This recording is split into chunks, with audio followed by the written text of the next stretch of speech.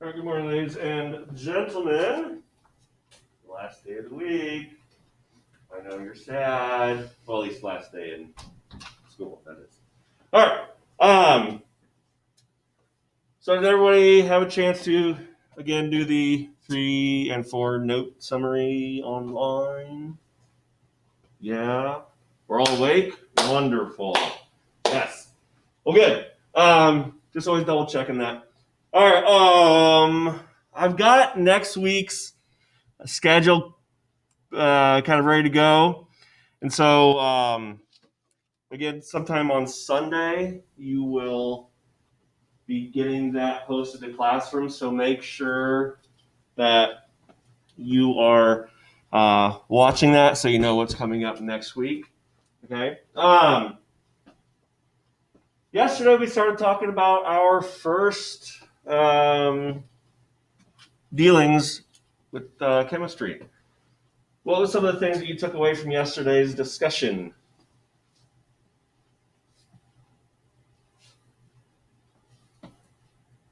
Drake. That matter has physical and chemical changes. Okay, that's actually what we're going to talk about today. But yes, matter does have physical and chemical changes and properties. What was something else, Alyssa? Classification of matter. Okay, classification of matter. Okay, how do we do that? How do we classify matter? What do we have to use? Flowchart. What's that? Flowchart. Flowchart, exactly. A flowchart that consists of 3 questions. Okay, so that was one of the main takeaways from yesterday. I would say is that flowchart. Okay, today, now we're going to discuss the properties and changes of matter. Okay, this is going to be dealing with sections 3 and 4. As I mentioned yesterday, section 4 is probably going to spill out into tomorrow, which is fine. So you'll have to make sure to watch that video tomorrow. And also on Friday, make sure to watch the video for the quiz review. All right, because that'll be posted sometime probably mid-morning or so. So keep an eye on that. So let's talk about properties and changes of that. Did this again. There we go. So let's talk about physical and chemical properties here. So physical properties. This is an idea, along with the physical chemical changes that some people do trip on, and sometimes it's kind of hard to distinguish between a physical and a chemical property and or change. But you just got to kind of observe what's happening here. So physical properties can be observed without changing a substance into another substance, like boiling point, density, mass, volume. Okay, for instance, boiling point. Okay, let's use water as an example. Okay, water, when it boils, it goes from a what to a what, Olivia? Liquid to a gas. But guess what? It's still water. It's not something new. It does not have a new identity. Mass. Okay? I can measure myself, I can measure my mass and not change who I am. On the flip side, you have chemical properties. He can only be observed when a substance is changed into another substance. Flammability, corrosiveness, reactivity with an acid. Okay? Anytime you burn something, the product that you started with and then burn is going to be different after it is burned. It's no longer going to be the same substance. Okay, when something reacts with an acid, okay, that acid changes that substance it's reacting with. And then corrosiveness, anytime you see rust, it is no longer the same metal it was before. It has now been converted to iron oxide. So those things we can see change into new identities. Intensive and extensive properties. Now, I believe on your review guide that I gave to you, it mentions intensive and extensive properties. So one of the things you want to remember, I forgot that my camera was pointed here. One of the things you want to use to differentiate between intensive and extensive properties is look at the words themselves. Intensive properties are independent of the amount of substance that is present. Density, boiling point, color, all examples of intensive. Intensive, IN. Independent, IN. Okay? That's probably the best and easiest way to differentiate between the two types of properties here. Excuse me. So going back here to intensive properties, let's look at boiling point again. Okay? Again, back to water. I'm going to use water all throughout the year as my example. Okay? Water boils at what temperature in Celsius? 100. Okay? At what temperature does a gallon of water boil at? 100 degrees Celsius. What about an ounce of water? Where does it boil at? 100 still. No matter how much you have, that remains constant. Okay? Color. You know, if I were to take a piece of white paper, I got a whole piece of white paper, okay? It's white. If I were to tear off a corner, has that intensity of color changed at all? Has the amount of color changed at all? No, it has not. Okay? Extensives, again, you're going to see a lot of contradictory type of properties as we go through over these few slides. It does depend on the amount of the substance present. Mass, volume, energy, etc. Okay? Think about energy. Okay? We're going to use a similar concept that we do with water. But instead of water, we're going to use gasoline. Okay? You have an ounce of gasoline. Okay? And you ignite it, and energy is released. Think about that in your mind. Okay? And then next you do a gallon of gasoline. Light it and observe the amount of energy released. Which one of those would you feel would have the greatest amount of energy released when you lit it? The gallon. Yes, because there is more gasoline present, it will have a greater amount of energy release. Or you can also say it has the greatest amount of stored energy compared to the ounce of gasoline. Then we get to physical and chemical changes. Again, these are changes in matter that do not change the composition of a substance. So when we change state, when we change temperature, when we change volume, okay? Those are just physical changes. When water goes from a solid to a liquid to a gas and then backwards again, it's still water. It's not changing who it is. It's just simply changing state. And in the process of doing that, we're also changing its temperature.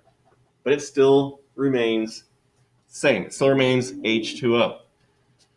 Chemical changes, however, result in new substances. Again, combustion, oxidation, decomposition. Okay? Kind of going back to chemical properties, very similar to those. Okay? And then you ask yourself this question. Like I said a few minutes ago, some people struggle with whether something is a physical change or a chemical change. Okay? Then here's a little trick that you can help, or at least a story that you can try to help with yourself. Can I get my egg back? Have you heard about this question before? No? Okay, let's put the scenario out there. Let's bake a cake. Who here has ever baked a cake before? A couple of you, a few of you, okay. Let's start talking about ingredients. What do you need to bake a cake? Let's start shouting them out. Water? Oil? Eggs. Anything else? The mix, okay. And I don't bake, but I know my daughters will sometimes throw in extra sugary stuff just for fun, like chocolate chips. I think they live off those. So yes, so you've got everything. You got to put it in a bowl. You mix it all up till it's the right consistency. You put it in the pan. Pan goes in the oven. The oven transforms that into a cake. All right? Now, if I were to ask you, what type of change is that? Is it a physical or chemical change? What would you say? Who thinks it's a physical change? So with the lack of hands, I'm going to assume that all you say it's a chemical change. All right. Yes, it's a chemical change because you ask yourself this question, can you get your egg back? Can you take that freshly baked cake, reverse the process, and then acquire your egg back from that cake? No. Because the batter that was once liquid with all the components mixed into it has now been chemically changed because we have added heat to it and we have changed its composition. We have changed the protein structures in the egg. It is now a part of something else, and now we can no longer have our egg back. So baking would be a good example of a chemical change. So when you're in situations like that, ask yourself, can you get your egg back? Can I get back, what I started with? If I were to take a piece of paper and crumple it up, can I get that piece of paper back?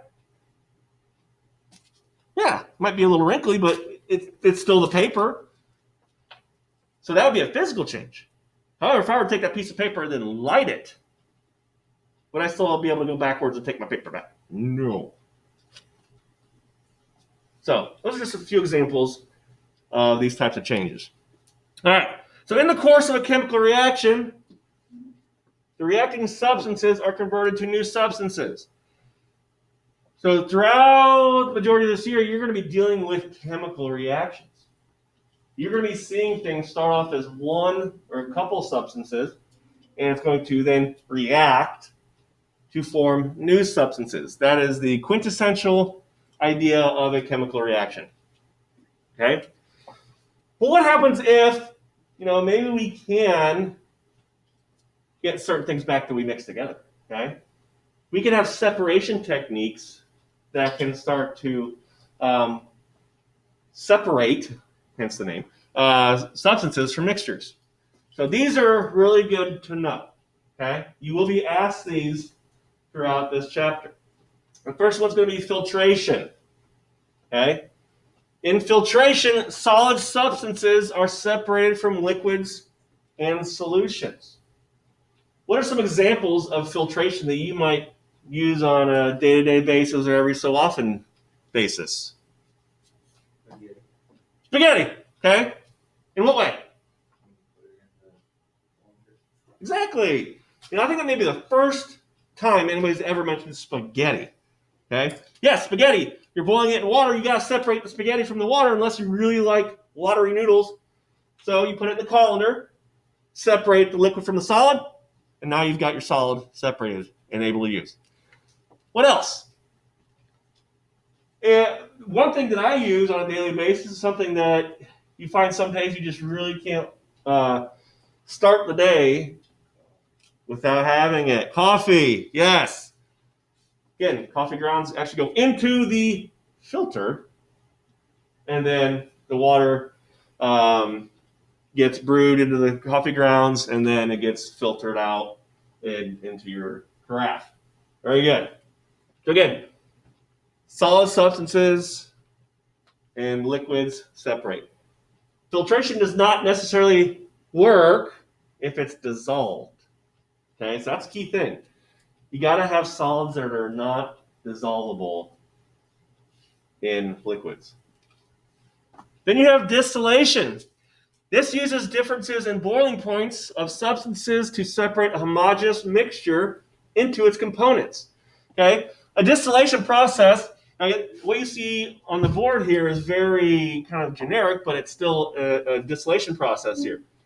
So oftentimes what you'll have is a liquid solution that, let's say, salt water.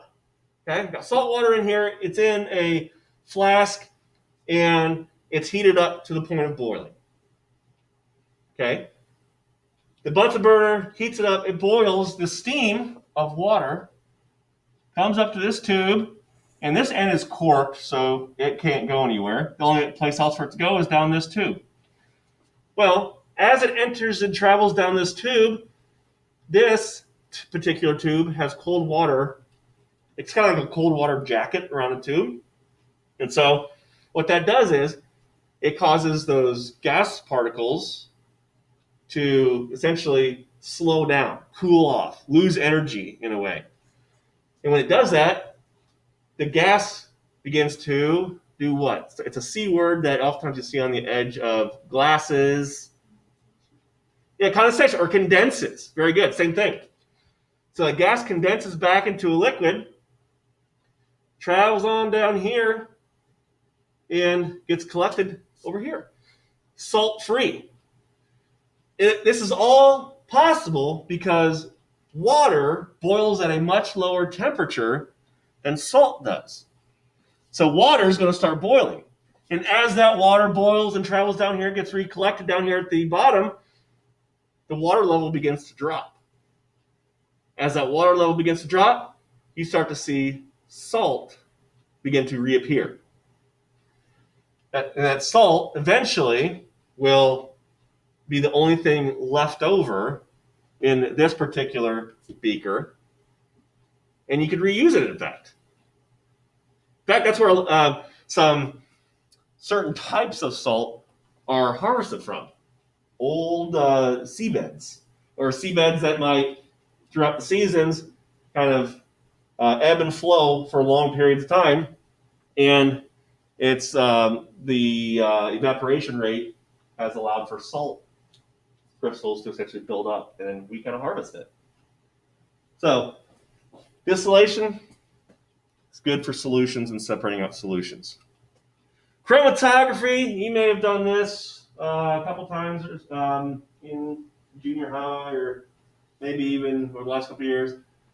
But this technique separates substances on the basis of differences in the solubility of a solvent. So here, what you'd have is a piece of, essentially you can use filter paper from coffee, but then people also have chromatography paper. Place a dot, typically a black dot from a marker here, and you put it into a solution. Sometimes it'll be water, sometimes it'll be something else, depends on what you want to test. You start to see that the water travels up that chromatography or filter paper and it begins to separate into the colors that made up that black dot. And basically, the higher that color goes, it shows you the differences in solubility of those particular colors. So it shows that blue is pretty soluble and will travel up a lot farther than the other colors. So, any questions on types of separation techniques? Okay. So make sure you're paying attention to those. Sorry, I got like a hair or something. Oh, gross. Let's talk about units of measurement now. This part is going to set us up for the next few chapters because it's going to get us an idea of how we can measure things that are incredibly small. Because we're dealing with atoms in here, okay? So we have to be able to give a value to their size. So what we use when we begin to measure in science are the SI units, okay? There are 7 SI units, and why are they important? Why should we know the SI units? For like mass, we have kilogram, length, we have meter, times second, temperature. Temperature is Kelvin, but we also in science do use Celsius in addition to Kelvin. We do, y'all remember that? The mole, Avogadro. Does that ring a bell? 6.022 times 10 to the 23rd. You don't remember that? Oh, man. You will. You will pretty soon, in fact. But anyway, the SI units, they are the universal language in science. Okay? The United States, along with I think one other country, is what I read fairly recently, are the only ones that use the system of measurement that we do. You know, we're the only ones who really use Fahrenheit. We do use seconds, so that's what we have in common. Okay. Instead of mass, we typically say weight and talk about pounds. Okay. Length, we typically talk about inches or feet. Okay. But with so many countries around the world using a similar system, or maybe slight variations of, scientific communities decided that we needed a common language of measurement because we need to take something from, let's say, Bulgaria. I just pulled that country off the top of my head. And we want to take it, evaluate it, and then maybe even build off of it.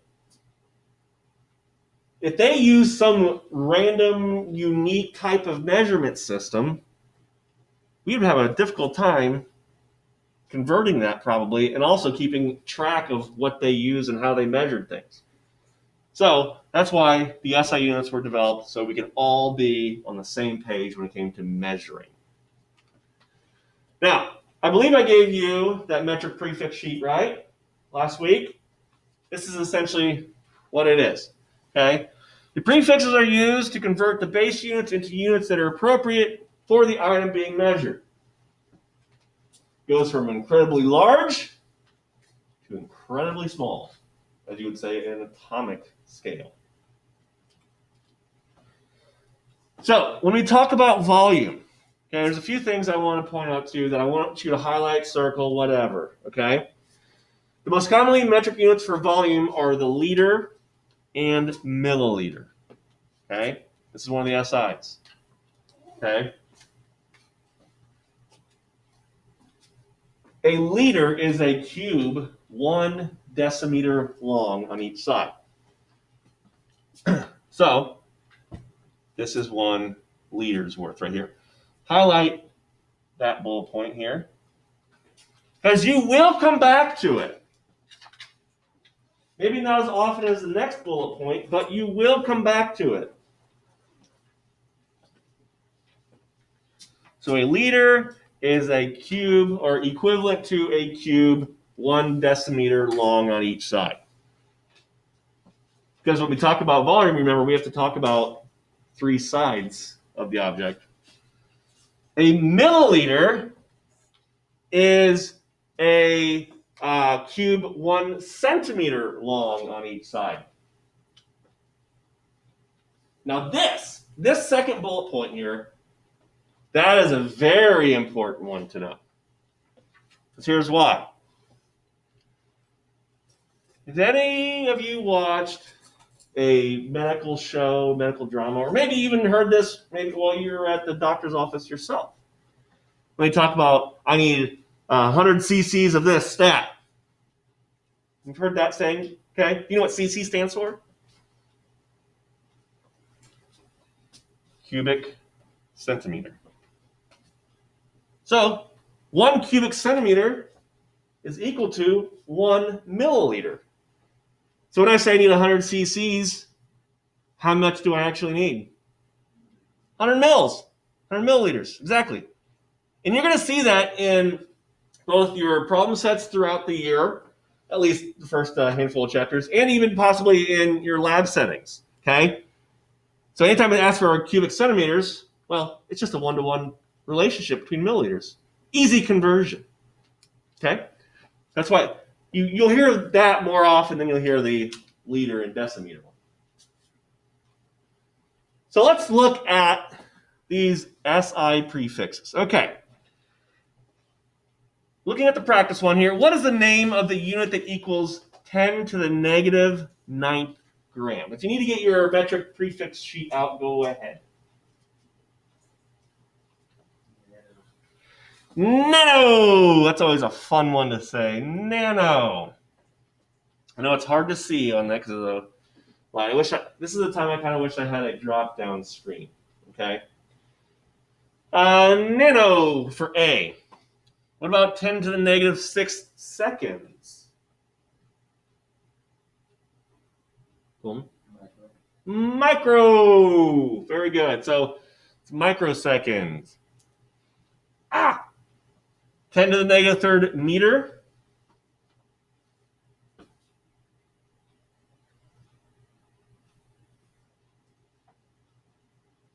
Matthew.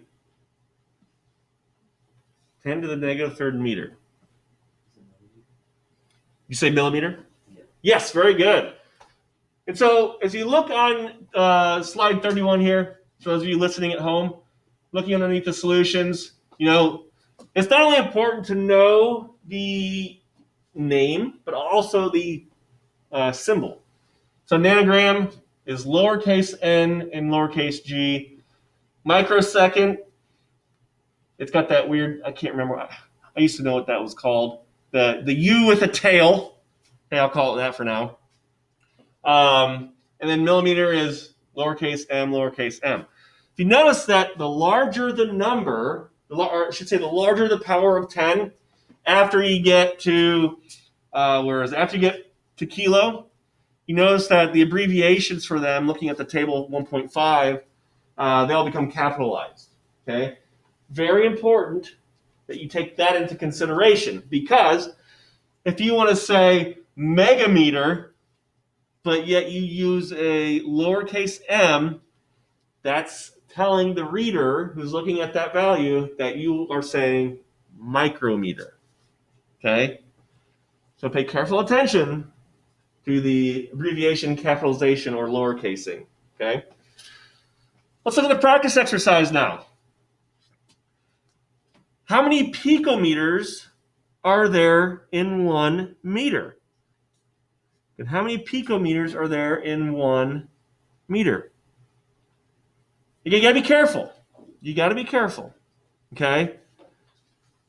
Because we're talking about, first of all, is pico smaller or larger than a meter? Meter's the base unit. Is pico going to be smaller or larger? Smaller. I think pico almost means smaller in some language. So yes, it's smaller. So it's going to take more picometers to make 1 meter, much like it takes more inches to make a foot. Okay? So how many picometers will it take to equal 1 meter? Olivia? Yeah, you do. Yeah, you do. So, remember, these are smaller than a meter. Okay?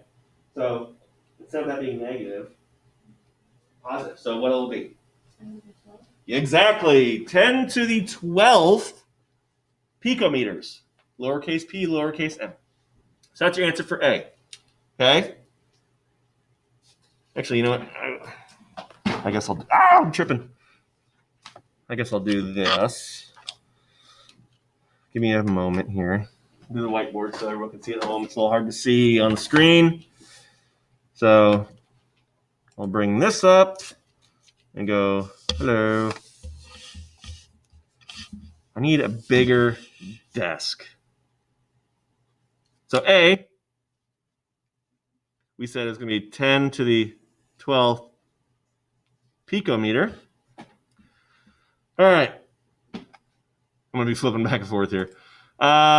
Express 6.0 times 10 to the third meter using a prefix to replace the power of 10.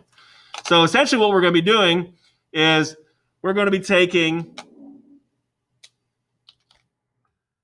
that 10 to the third and using that to replace it with an equivalent abbreviation or prefix. Okay? So how would you replace that? What is 10 to the third equal to in terms of prefix? Is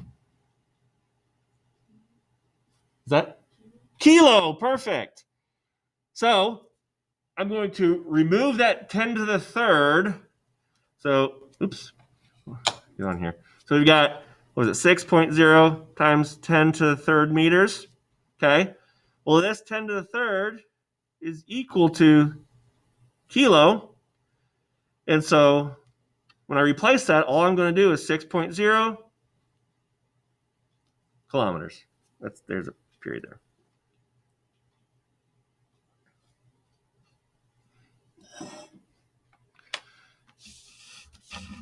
And then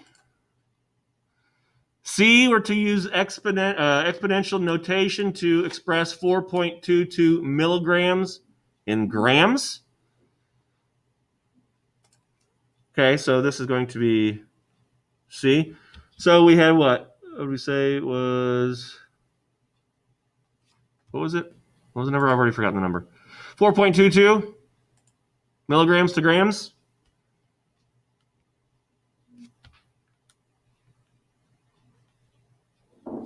Okay. Again, we're going from small to large. So what would your exponential value be? Well, this is 10 to the third, right? But this would also be, if we kind of switched around the order here, there are 10 to the negative third grams in 1 microgram. Does that make sense? So let's look at this. There are 10 to the third micrograms in a gram. There are 10 to the negative third grams in 1 microgram. Colton? Exactly. Thank you very much. That was a test. That was a test milligram. Yes, you're paying attention, Colton. Very good. Those of you listening at home, that was a voiceover. I was saying it correctly in class. So yes, 10 to the third milligrams is equal to 1 gram. 10 to the negative third grams is equal to 1 milligram. Rusty bucket here. All right, so we need to convert 4.22 milligrams to grams. All we simply have to do is just replace it with that number. So we get 4.22 times 10 to the negative third grams. Right. We'll do our last one here, then we'll probably have to call it a day. Last one, D. Watch out for the voice squeak there. Use decimal notations to express 4.22 milligrams in grams. Did I just skip one? No, I did. Okay. I was like, hold on a second. Okay. Use decimal notation to express 4.22 milligrams in a gram. So, okay. So basically what they're going to have us do is we need to take this from our previous answer and just convert it to scientific notation. No, decimal notation. This is, as you can tell, teachers' brains are kind of on the fritz right now. So we're going to take this, okay, and convert this into decimal notation. So which way does my decimal point need to go? Left, exactly. How many times? 3. So 1, 2, 3. So when we do this, we write it out 0. What? 422, and we're going to keep our label as grams. Again, I'm a stickler of labels. I need to see them because if you just put 0.00422, to me that could be 0.00422 bananas. Right? But you didn't tell me they're grams, so how am I supposed to know? Okay? So always put a label there. Okay? So that brings us to most likely the end of our discussion today. One of the last things we're going to talk about is temperature and derived units. Okay? So, if by the slim chance we don't get through all of section 4 tomorrow, then it's okay. We'll just put that over into Friday again. And then after we're done with Friday, we'll get into a review. So again, tomorrow and Friday, make sure you are paying attention to your videos and your postings. I'm signing off of this now.